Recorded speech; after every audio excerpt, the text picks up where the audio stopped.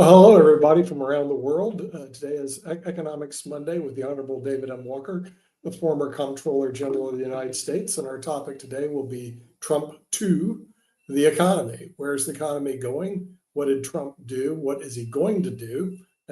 So we're going to basically speculate what the next 4 years look like. So with that, we're going to bring in some of our speculators. And this person speculates a lot. Anyway, we're not going to talk about how he invests, but he's also an author of the Financial Advocacy podcast. We're going to bring in David Kinder. David, welcome to the show.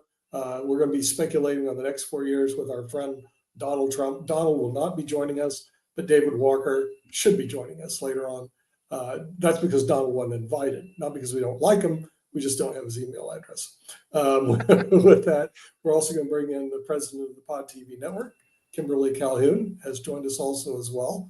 And then from Canada, we're going to bring in Sasha Starr, who gives us some insight. He also runs the show Modern Investments, which you can see on the PodTV network. And for the people who listen to him, the smart people who listen to him, they would have bought NVIDIA like 3 or 4 years ago because that was his big thing, NVIDIA. So with that, NVIDIA and the markets, we'll start with you, Sasha. What do you see the markets looking like in the next 3-4 years with the Trump administration? 3-4 years, it's frankly too long for me personally. My horizon is normally 3-4 weeks. 3-4 months is fairly long, but I could consider that, at least when I'm selling puts or calls. I'm taking sometimes 3-4 months, even longer approach, because that's where the money is. And if your goal is to make money, so you are obviously selling options, generating as much cash as possible, and providing, of course, that you have necessary collateral, whether it's stock, so you have covered calls, or you have cash secured puts. So then you act accordingly. My system generated 800 profit, 800% in the last 2 years. I'm very satisfied with that. I started with a very small amount and took it out several months ago, and now I'm playing with the house money, and we are talking about hundreds of thousands of dollars. So speaking about economy, I wish economy will remain the same or will do a little bit better or worse. I want to tell you only one thing. Be careful listening by all this so-called free newsletters or so on, and all the talking heads who are talking about that the crash is coming and it's right there, and the market is overpriced. The normal price per earning ratio on the S&P 500 companies is 16, and now it's 22 or maybe 23. So a crash is imminent. They are all short sellers and idiots. And the more you listen to them, the more money you are going to lose by going short, or you will not generate any profits while the profits are in abundance, especially this time right after election, where money is just there. Just get your money, please. No, people listening to all this doom shares and not only not making any money, but even sometimes losing a lot of money by going short. So please do it yourself a favor. Don't do that. Don't listen to this garbage. Okay, well, we're going to listen to, then not garbage, but we'll listen to David Kinder, who runs the Financial Advocacy podcast. What do you see the economy in the next 4 years? What are we going to be looking at? Well, I think we already saw some of that when Trump election was finalized. The markets, and why do they love it? Well, we talked a few weeks ago about the Trump Tax Cuts and Jobs Act, and that it was going to expire and sunset at the end of 2025. We believe it largely to be a wash, but what we do like as an American people is that we do like consistency. We like being able to count on certain things. So even though we may consider it to be a wash, the fact is that Trump has every vested interest of extending those same Tax Cuts and Jobs Act provisions, making it better, despite what it may cost for the national debt. Well, we were on this program about 3 months ago, and we talked about that the national debt just hit 35 trillion. We're within days, if not hours, of it hitting 36 trillion. So I'm concerned about both sides of the economics issue, but Wall Street loves the idea of lower taxes and they love the idea of lower regulations. And so I think we're going to see even more of that. I think we're going to see more industry building. I mean, the Keystone Pipeline, I don't remember where we left off with that, but I don't think we ever launched that thing, despite environmental concerns or whatever it is. We were so close to that. And then once President Biden came into office, that didn't go through. So there's a lot of other things that I think we're going to see the continuation of what Trump's agenda was before. We're going to see that resume and be even better because he's got so many other people on his team to help guide and advise him. This is going to be an interesting time. I'm excited for it. I'm also a little concerned, but we'll see. Trump is not a dumb guy. He knows how to get things done. Okay, we're going to see if they can get anything done in Los Angeles. So we're going to bring in Rick Rosner from LA. Yeah, so all I want to know, and nobody can tell me this, right now the stock market's going crazy, up 1% today, setting new records every week.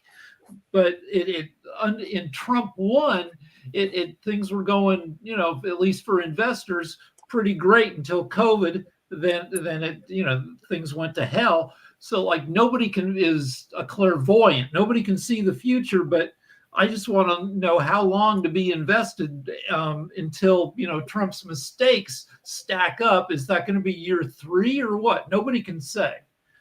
Until then, that might be true. That might be true. No one can say in the United States. So we'll go to Bangladesh and talk to Professor Sharif Rana and see what the thoughts are in the place that has zillions of people. Like 80% of the population lives right next door to Professor Sharif in Bangladesh. What are they saying over there about the Trump economy and the Trump presidency and the economy the next 4 years? What are you looking at? You also run the show World Talent Economic Forum, which you can see on the PodTV network. Yeah, thank you. Actually, I want to congratulate the US people because they finished the 47th elections. But interesting things, Trump actually tweeted before his elections about Bangladesh, that especially the Bangladesh unstable conditions. Maybe it's a political strategy that he tried to make happy the Indian voters in USA. That's why he is taking some positions about the Bangladesh present critical conditions or something like that.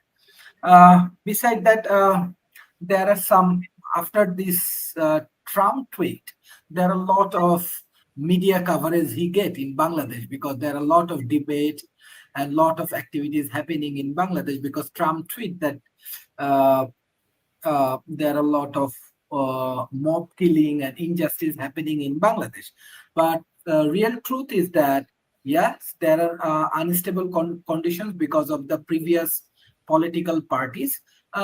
Recently, the different students community, they took the powers and many intellectual community actually supporting our government.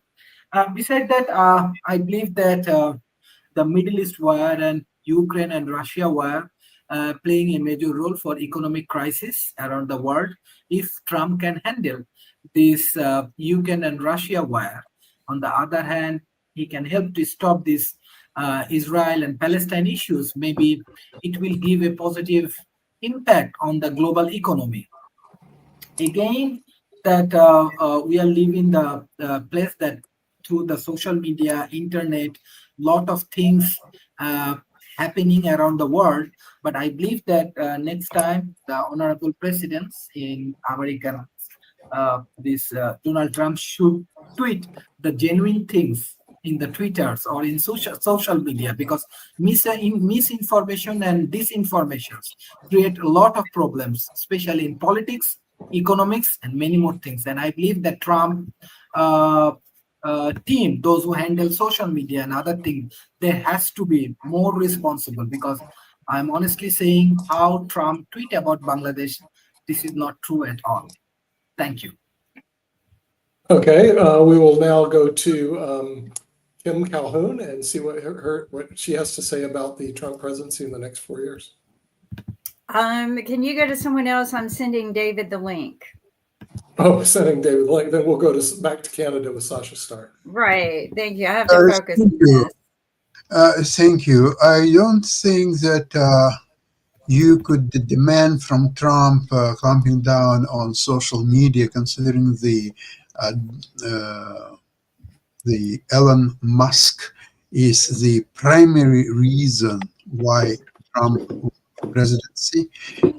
He is sole owner of the Twitter, and obviously you have to consider one factor. Understand the traditionally GOP, the Republican Party, was a representative of a large business in the United States. It's industrial military complex companies. It's all the leading industrial companies otherwise.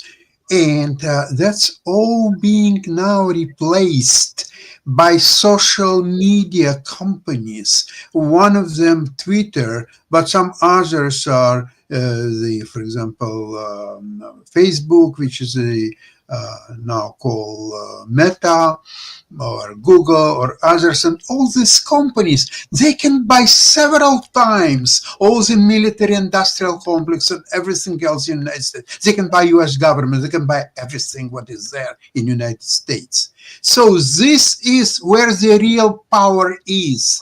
And these are how the people in the United States can be easily manipulated into anything. So the traditional power, all those big companies or so on, it's becoming a day of the past. Today is social media, it's high-tech companies, which sometimes represent the same thing, and that's where the power is. That's why, unless Democrats will learn how to use this new power, what to do to harness this power, to learn how to use this power, they are doomed. They will never win a single election in next 75 years. So this is what Democrats have to learn. They have to understand that the only reason why the party exists is to gain power.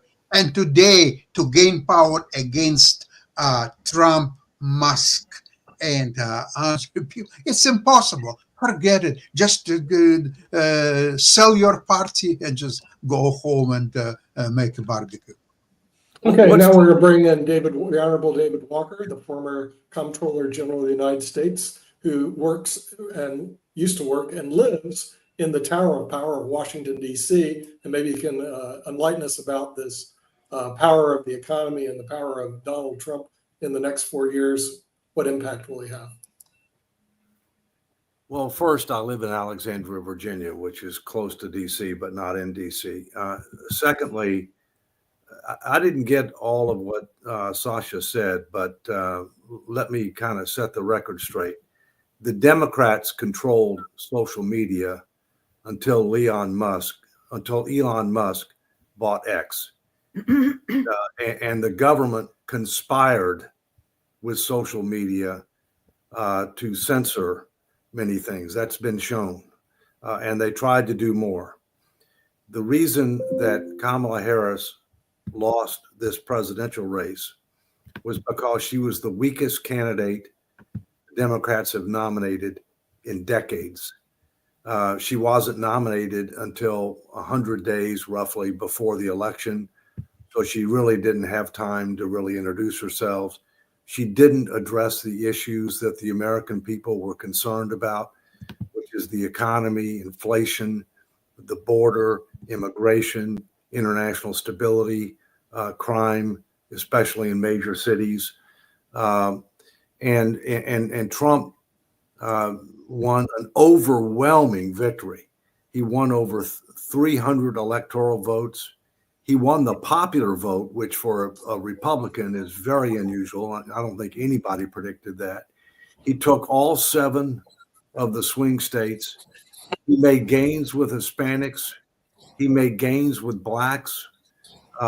In addition to that, the Republicans took the Senate. They're going to have 53 members of the Senate, which means that that will help with regard to confirming Trump's cabinet and other presidential appointees. It'll help with regard to appointing, confirming judges, if you will.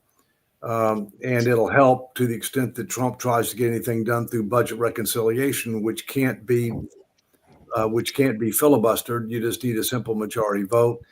It looks like the House is on the cusp of the Republicans winning the House by about the same margin that they have right now. They might pick up a couple of seats, but it's going to be a very narrow margin.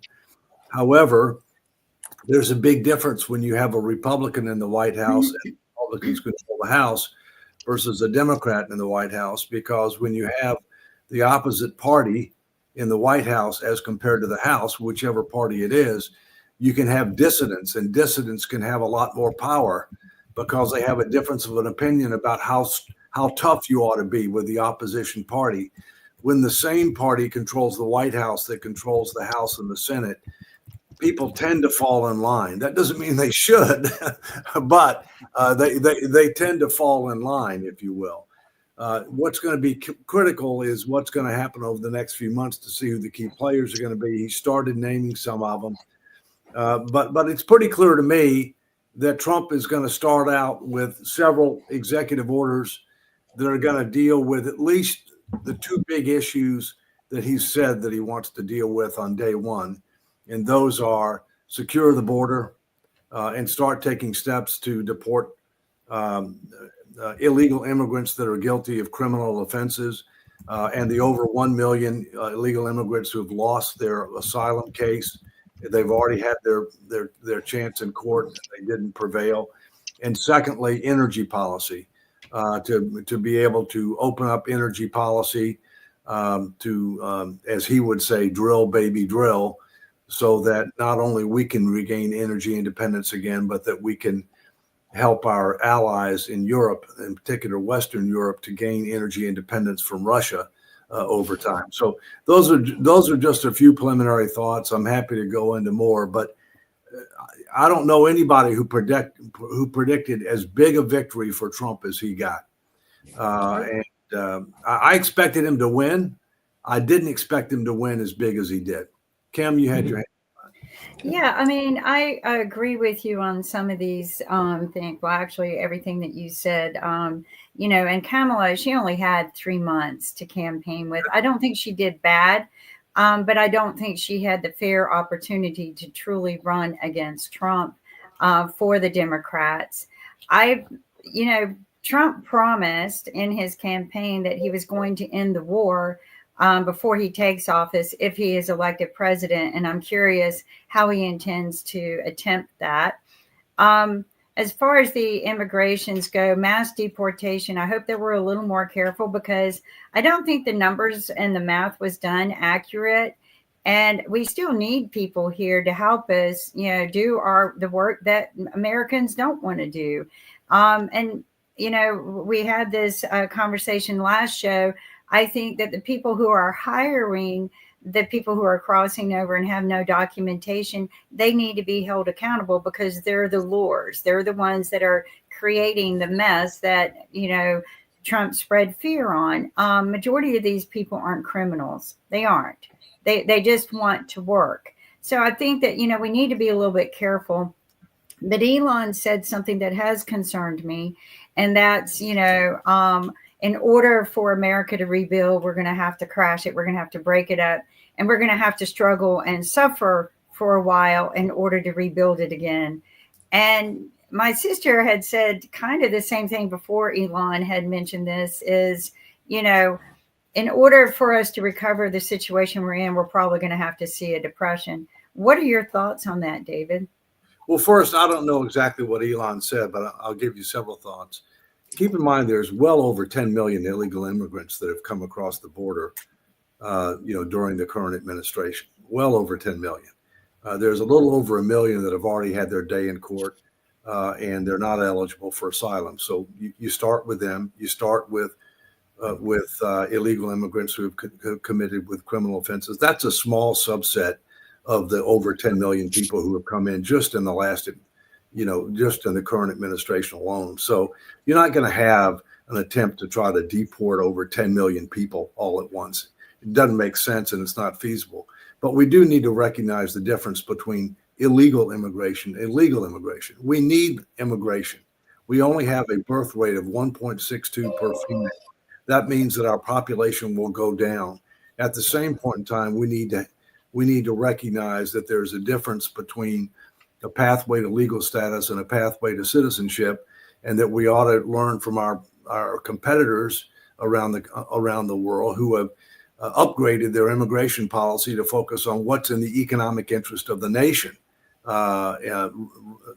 And we haven't done that. We have no human capital strategy at the national level. With regard to Elon, Elon has expressed the most interest in doing what he calls a government efficiency initiative, okay?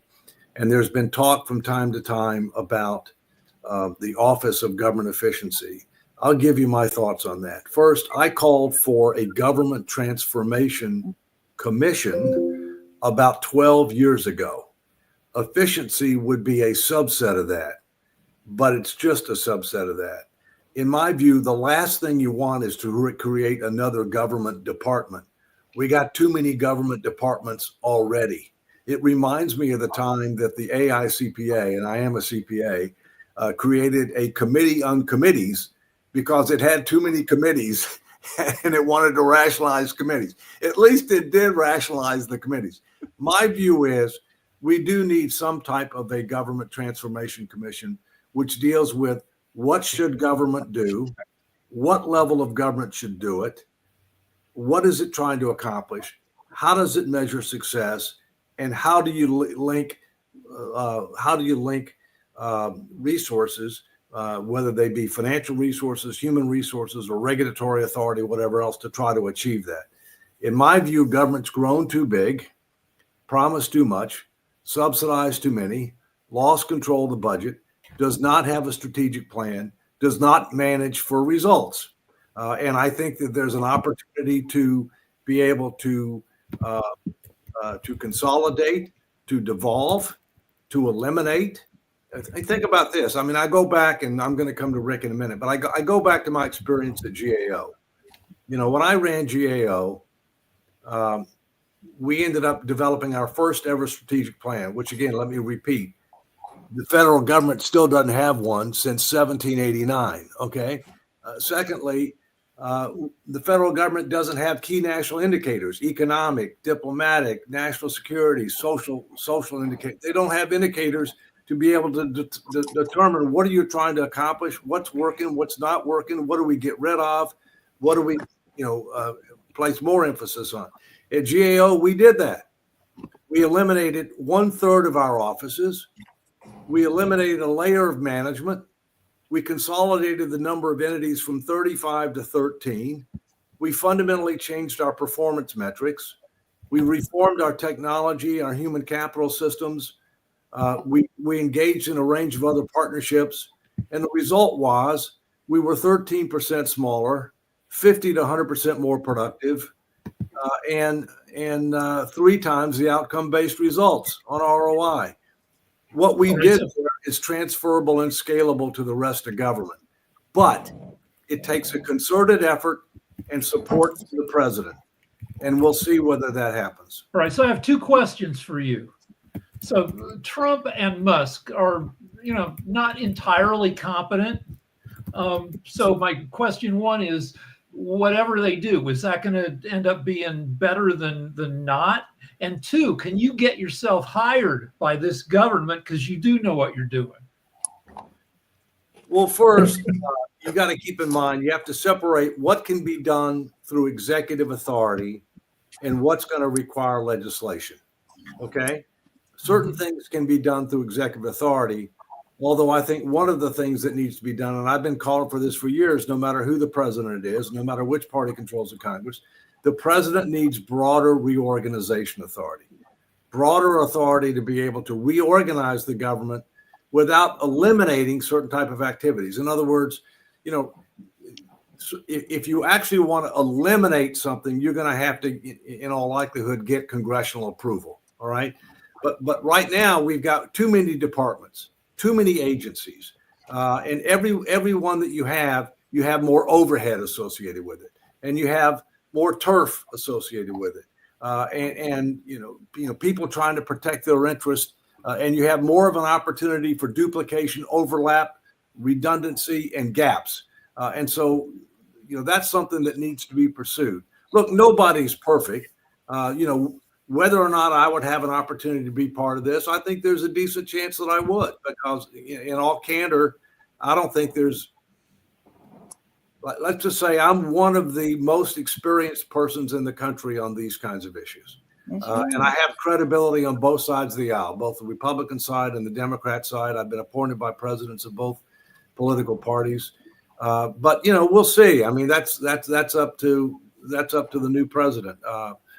And I'm not seeking anything, although, I think I could contribute in the right role.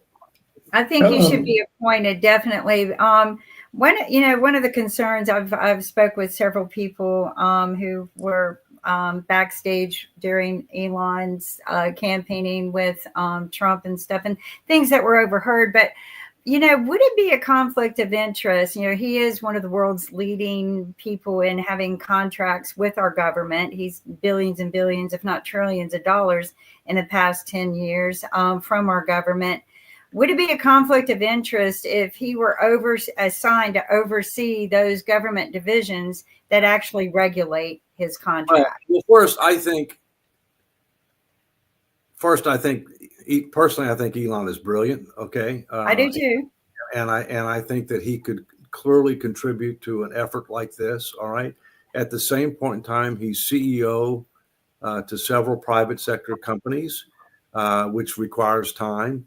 Some of those companies have major contracts with the federal government, and therefore there is a conflict there. I think one of the things you're going to have to think through is how best to involve Elon. They're going to have, full-time people focused on this. They're going to have to be subject to all the ethics rules, all the conflict rules, all the financial, rules, if you will. To me, the best way to probably involve Elon in it is to have him as chair of some type of an advisory group rather than head of the thing, and make him a special government employee, which I am right now on the Defense Business Board. I've got a meeting the next 2 days of the Defense Business Board, which I was when I was a trustee of Social Security and Medicare, which was a presidential appointment with Senate confirmation. By making somebody a special government employee, you can spend up to 60 days a year being involved in a particular government activity. You have to disclose all your financial interests and all of your outside interests, but you don't have to dispose of them. But you have to recuse yourself from anything that is a direct or appearance of a conflict of interest. I think that's the way that you can have Elon involved, okay, with appropriate transparency and safeguards. But realistically, we don't need another department. And realistically, he probably doesn't have the time, nor would he want to do what he has to do from a financial standpoint to be a full-time government employee. Who's gonna? David had his. I have a thank question. you. Okay. Okay. Now that David the spotlight's on me here. Yeah. From what I recall with Elon, even Elon, who's owner of Tesla, he was not in favor of the environmental regulate or the electric vehicle mandates.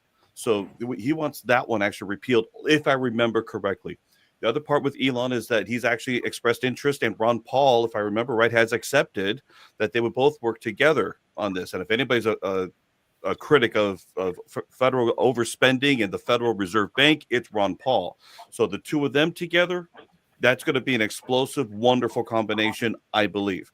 So we'll have to see what happens from there. Well, the neat thing about Elon is that he can't buy him. That's the neat thing. He has his own stuff, and as long as he's able to keep doing what he's doing, I think it should be fine, assuming that it's all his conflicts are disclosed and that they're not in his way, and he's still abiding by all the government rules and regulations, which he's expressed frustrations with in the past. So well, that's what why happens there.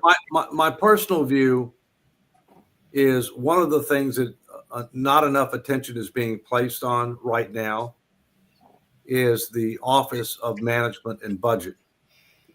The director of the Office of Management and Budget is responsible for budget issues, obviously, government-wide management, regulatory issues government-wide, and would be the point person on interfacing on any particular type of commission that might be a transformation or efficiency commission or a fiscal sustainability commission.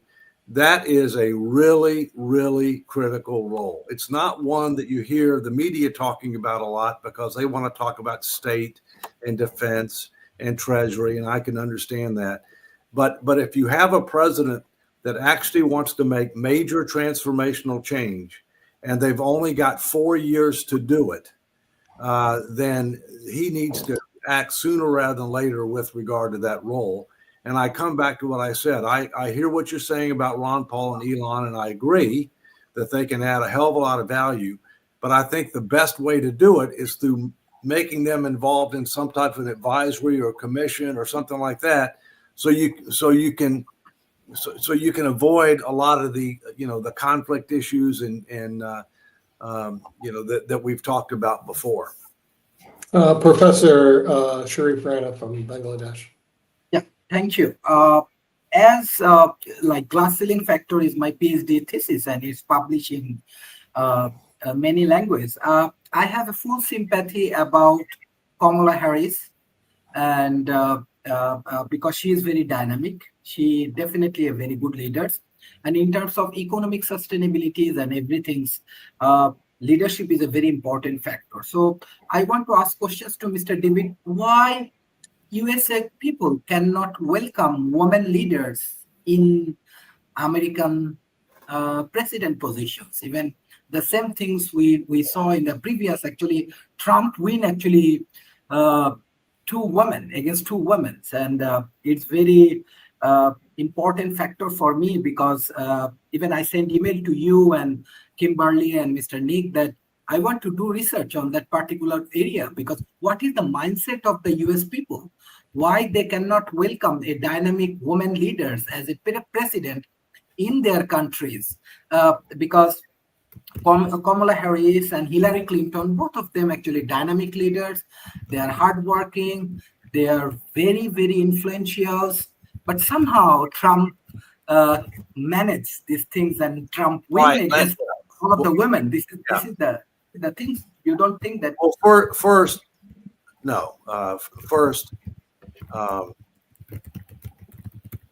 I would respectfully suggest that the reason that Kamala Harris lost had nothing to do with the fact that she was a woman.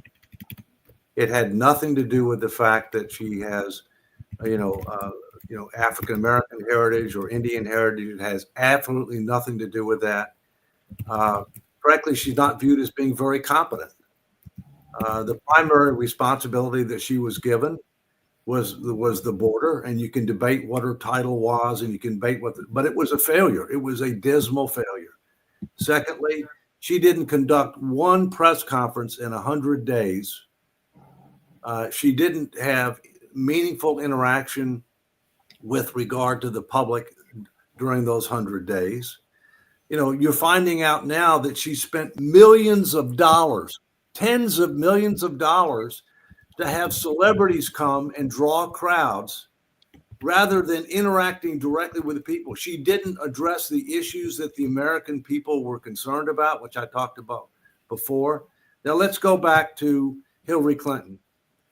Hillary Clinton was extremely qualified. No ifs, ands, or buts. She was extremely qualified, eminently better qualified than Kamala Harris. All right.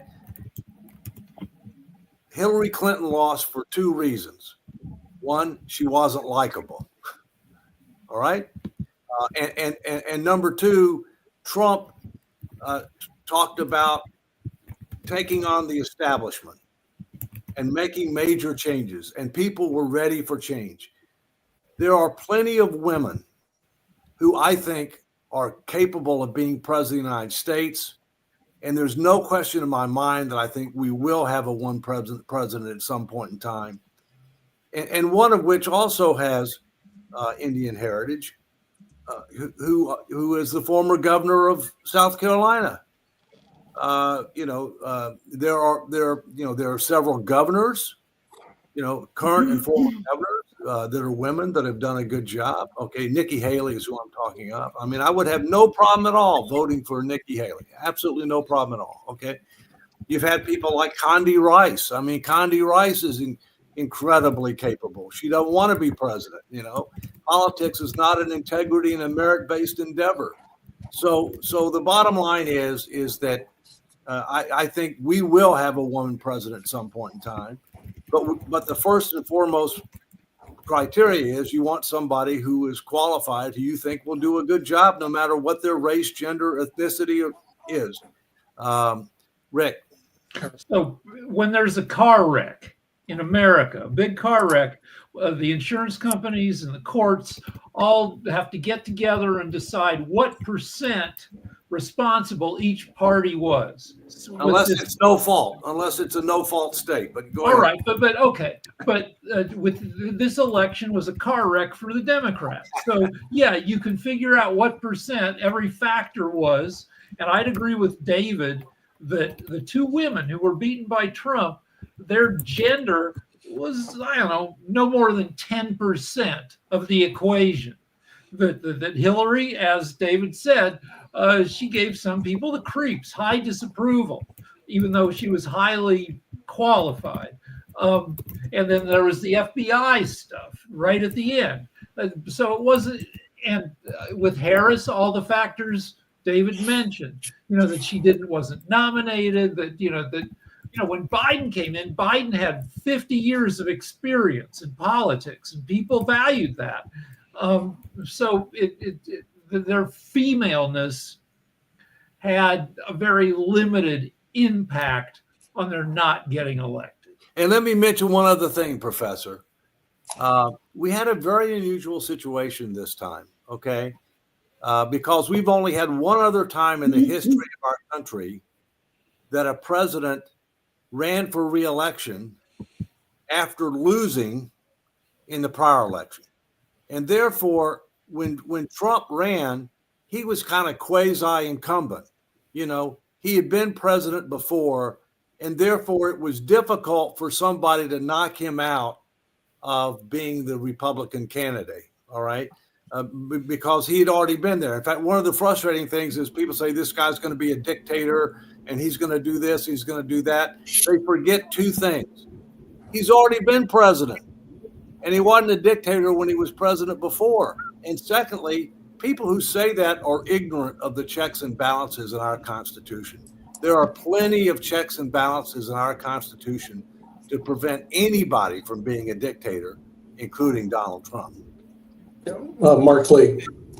Yeah, just here's some good news that I think you'll enjoy, David, and all along those lines. As I was saying on World Edition, I had the pleasure on Friday of hearing Reverend Barber talk about the war on poverty and the fact that the minimum wage is an issue that won in a number of places when it was on the ballot and everything. But at the event that I was at, I heard a number of people that were there that were upset over the loss with Kamala Harris and everything. They brought up something that you've been a big part of as well, because a number of people at this particular event were running the idea of a third party candidacy. So I'm wondering, are we going to hear a stronger view from not just the right, but from the left as well? Because there were a number of people that, because they were frustrated with the results, are like, hey, maybe it's time to have a third party. Because I even mentioned you in the fact that you were part of No Labels and everything, but it did seem like it has risen its head among the liberal community as well. Well, there are several alternative parties that exist already. And Mark, as you know, I co-moderated a presidential debate of candidates from three different parties: the Green Party, the Libertarian Party, and the Constitution Party. And there are some other minor parties out there as well. At the present point in time, while the country was very dissatisfied with the choices that it was given, 70% wanted a third option, and that was with Biden or Harris. They both felt that we needed another option, but that didn't materialize. At the present point in time, No Labels is not inclined to pursue creating another party.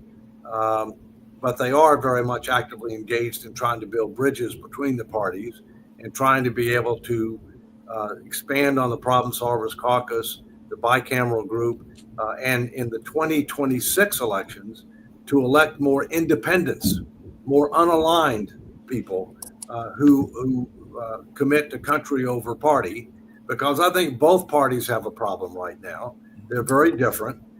The other thing is that last numbers I saw, 51% of registered voters were unaffiliated or independent, like me. And the other parties were like about 25% each. All right. Although the Republicans have gained recently. I mean, the Democrats were ahead of the Republicans for a long time. But as we saw in this last election, the Republicans have gained, have gained more registrations, and the Democrats have lost registrations. And I think part of that is because the energy in the Democratic Party was not in the sensible center. The energy in the Democratic Party was on the left.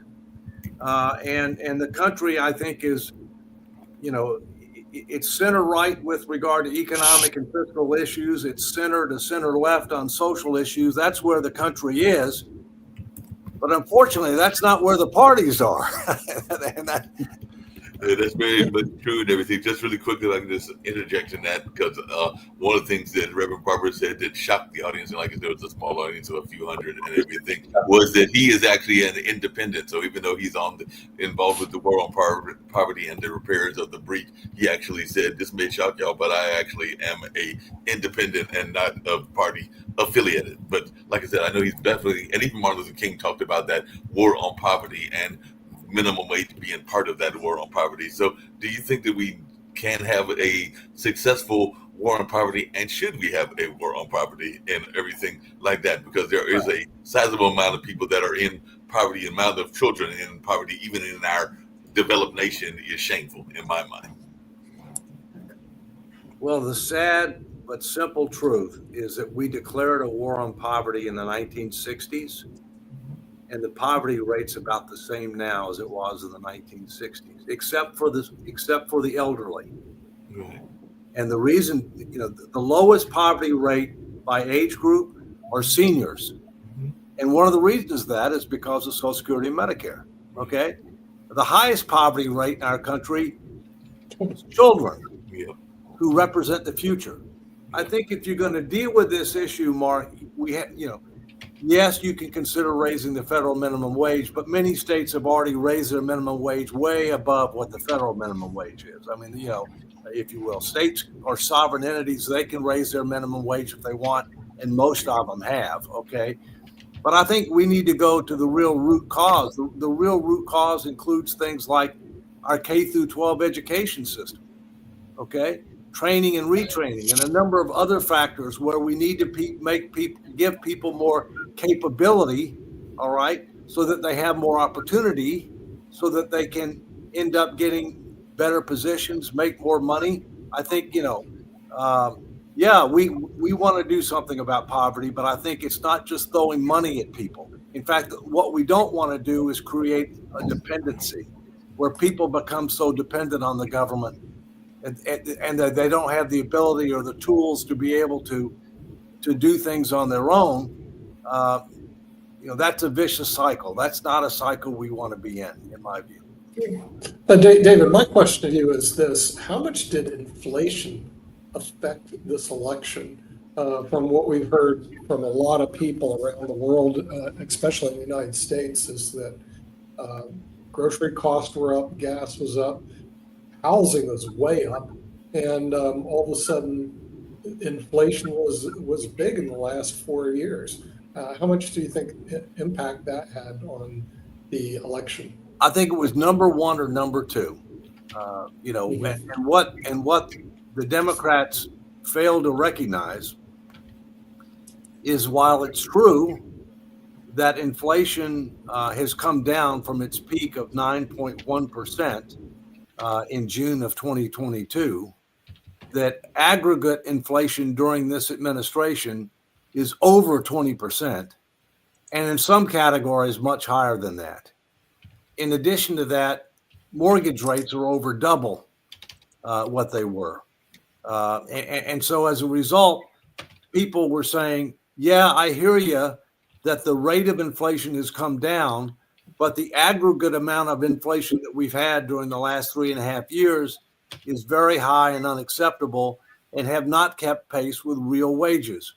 The second issue was the border and immigration.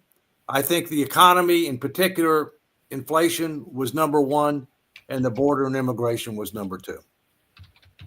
Okay.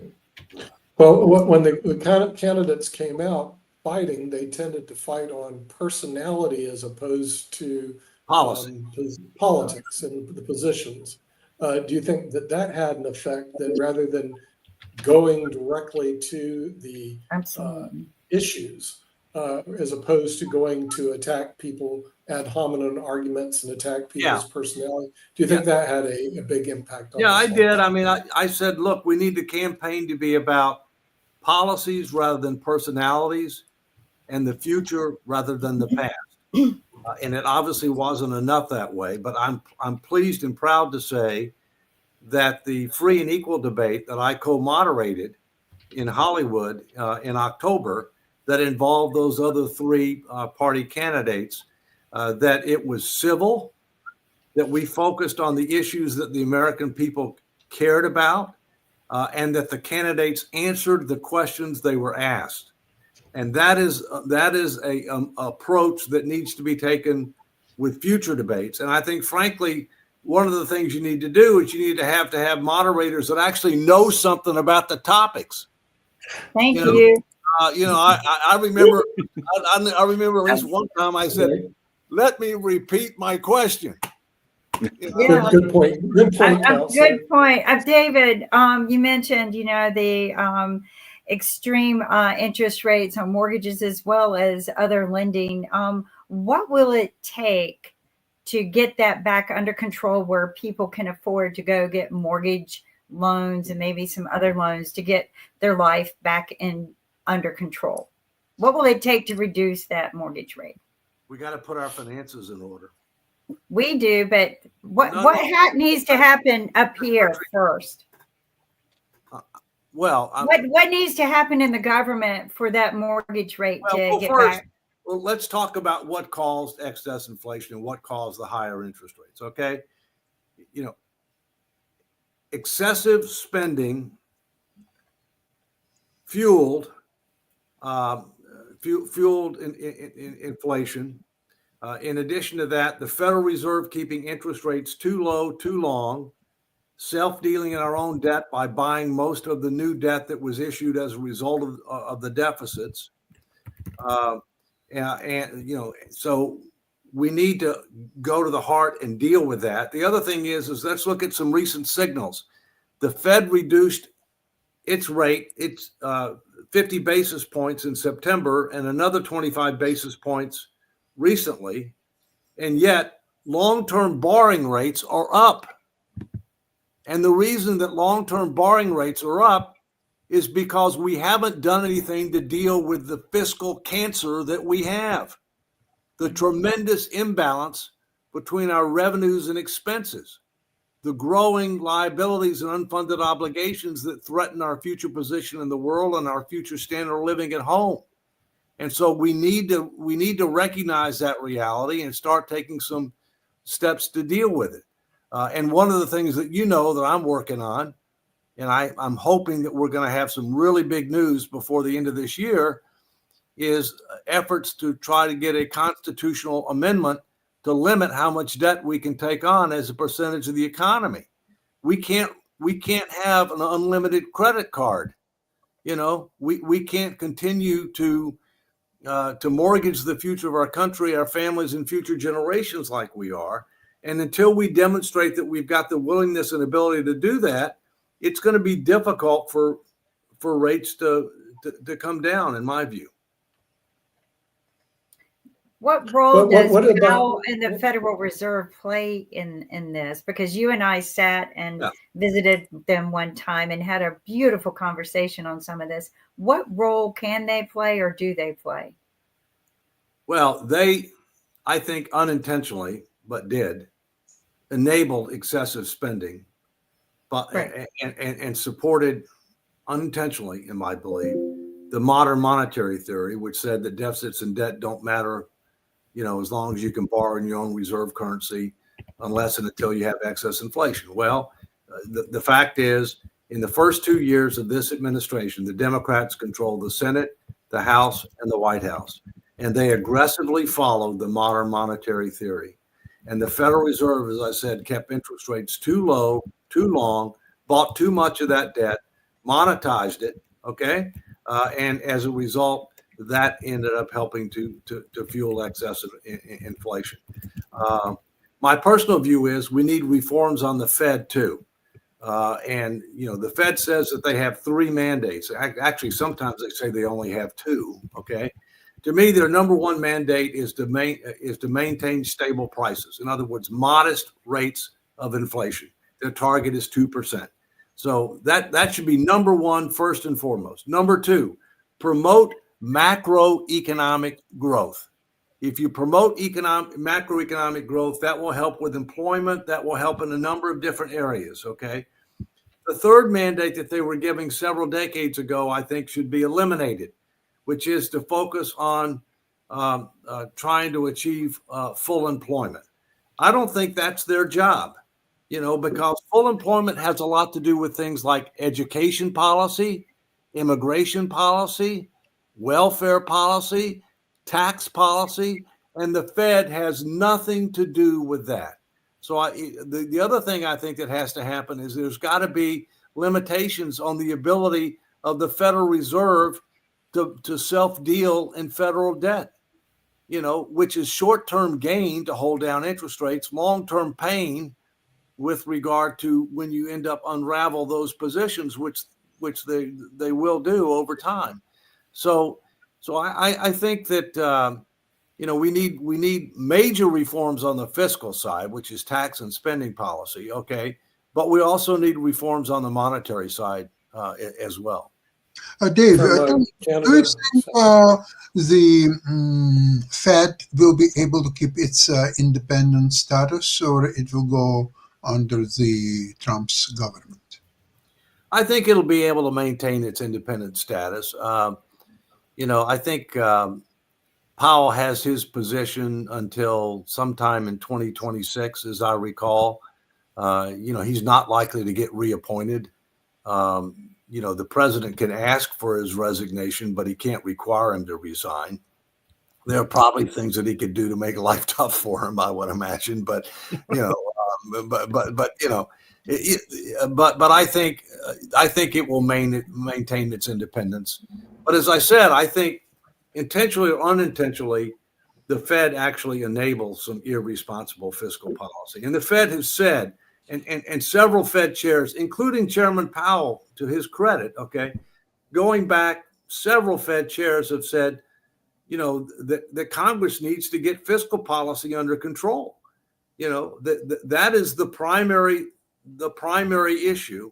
And I'm hoping that the new administration will make some progress on that because, the fuse is lit on our debt bomb and time's not running in our favor. I was asked recently, and it's supposed to be published any day now for International Economics Magazine, I was asked to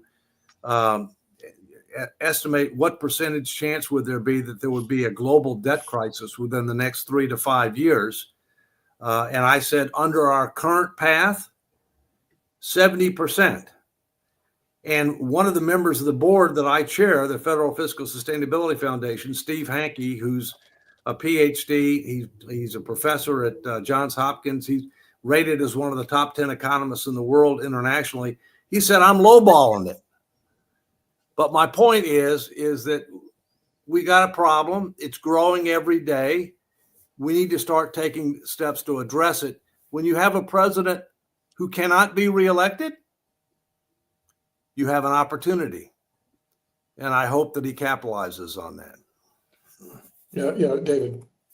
Other David. If we're going to be talking about the next campaign, as far as I can figure out, first, Kamala Harris, unfortunately, terrible candidate. The only thing she could campaign on, pretty much, that she could seem to articulate was women's rights. And unfortunately, that fell on deaf ears. And besides that, if it was able to be turned around, I think they should have been able to do it by now. I'm looking forward to 2028. I think it's going to be Newsom versus Vance. JD Vance has been very powerful in the media, a little bit more of a soft-spoken Trump, yet very assertive. Definitely knows how to challenge the media narrative. And as far as Governor Gavin Newsom, he got a mandate because we passed Proposition 36 overwhelmingly by 70% of the vote here in California, which is basically saying we don't want petty theft. We don't want nonviolent crime. We don't want that anymore. We need to get the handle on this. And I think he's kind of in a little meltdown of his own. And now with the states trying to say we're going to Trump-proof our states against some of these things they want to do, Newsom is the most handsome and the most articulate Democratic candidate that they're going to have. It will be Newsom. He will be I'm predicting that. I would put money on it, that he will be the next Democratic contender for the presidency, and we'll see what happens. That will be a showdown. My I personal, agree. my He was personal very view is- sorry. pardon me 1 second, Rick. I'll come right to you, Okay. buddy. All right. I apologize. That's My okay. personal view is we got a lot of work that needs to be done in the next 4 years, and I don't want to think for a nanosecond about what's going to happen in 2028. Although I will tell you that if you looked at the debate between Ron DeSantis and Newsom, I thought Newsom did terrible on that debate. The biggest example that I can recall was the moderator of that debate did something that should be done in a standard practice. He put up data. And then he asked the question. And here's the one that I remember the most, David, and that was he put up data on what the income tax rates were in California versus Florida, what the property tax rates were, what the sales tax rates were, what the inheritance tax rates were, whatever. He put up all that data. It was clear and compelling, and yet Newsom came back and said, "Oh, our middle class pays lower tax rates than Florida." I mean, it was like, I'm going, this guy's he's on a different planet. Rick, go ahead. Well, we pay less than 1/2% in property tax here in California. Property tax is low because of the constitutional amendment that passed. Prop 13. Yeah, that's correct. That's correct. That's why. But anyway, Newsom was smart. He kept his head down during election 2024 so he wouldn't get tainted by it. And so, yeah, he's in a position to step in 2028, and he's got great hair. Hair wins presidential elections. Kennedy, Reagan, Clinton, Bill Clinton. Somebody I'm going to challenge you on that. Trump does not have great hair, although he is known for his hair. I'm just throwing that out there. I'm just saying that it's a plus. It is a plus, but you can buy a tube. I've yet to see a convincing. In the Biden Trump election of 2020, both of them had surgery on their hair, like me. The whole front of my hair is moved from the back of my head. They plugged it into the front. Biden had anyway. Point of information. That's correct. Point of information for all the people in the PodTV network. Bob Ferguson won the governorship of state of Washington, and he has been on our show before. He's actually, Sasha, he's a chess master. And that's the reason he was on our show. It had nothing to do with his politics. He was actually on because of chess. He won the Washington State Chess Championship twice. Made the right moves. Wow.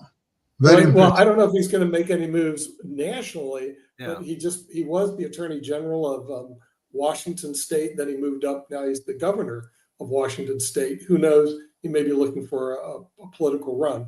Another point of information, Tom Barkin, who's the president of the Federal Reserve of Richmond. He's Federal Reserve Bank president of Richmond. Is a personal friend of mine, and he used to come to my house all the time in Tampa, Florida, which he may be making a run for becoming the head of the Federal Reserve. You can look up Tom Barkin. So anyway, I thought you'd find that interesting. We'll see if we can get Bob Ferguson on at a future date. But right now, we're not going into the future. We're going into the past because we're going to be leaving everybody here shortly because we're at the end of the hour and our engineers will go crazy if we don't finish up on time. So we want to thank our David M. Walker, the former Comptroller General of the United States, and of course, Professor Sharif from Bangladesh, who's beaming in across the world, Sasha Starr, and me from Europe, and Kim from the United States, and David from the United States. And we'll see you next week on Economics with the Honorable David M. Walker. Take care.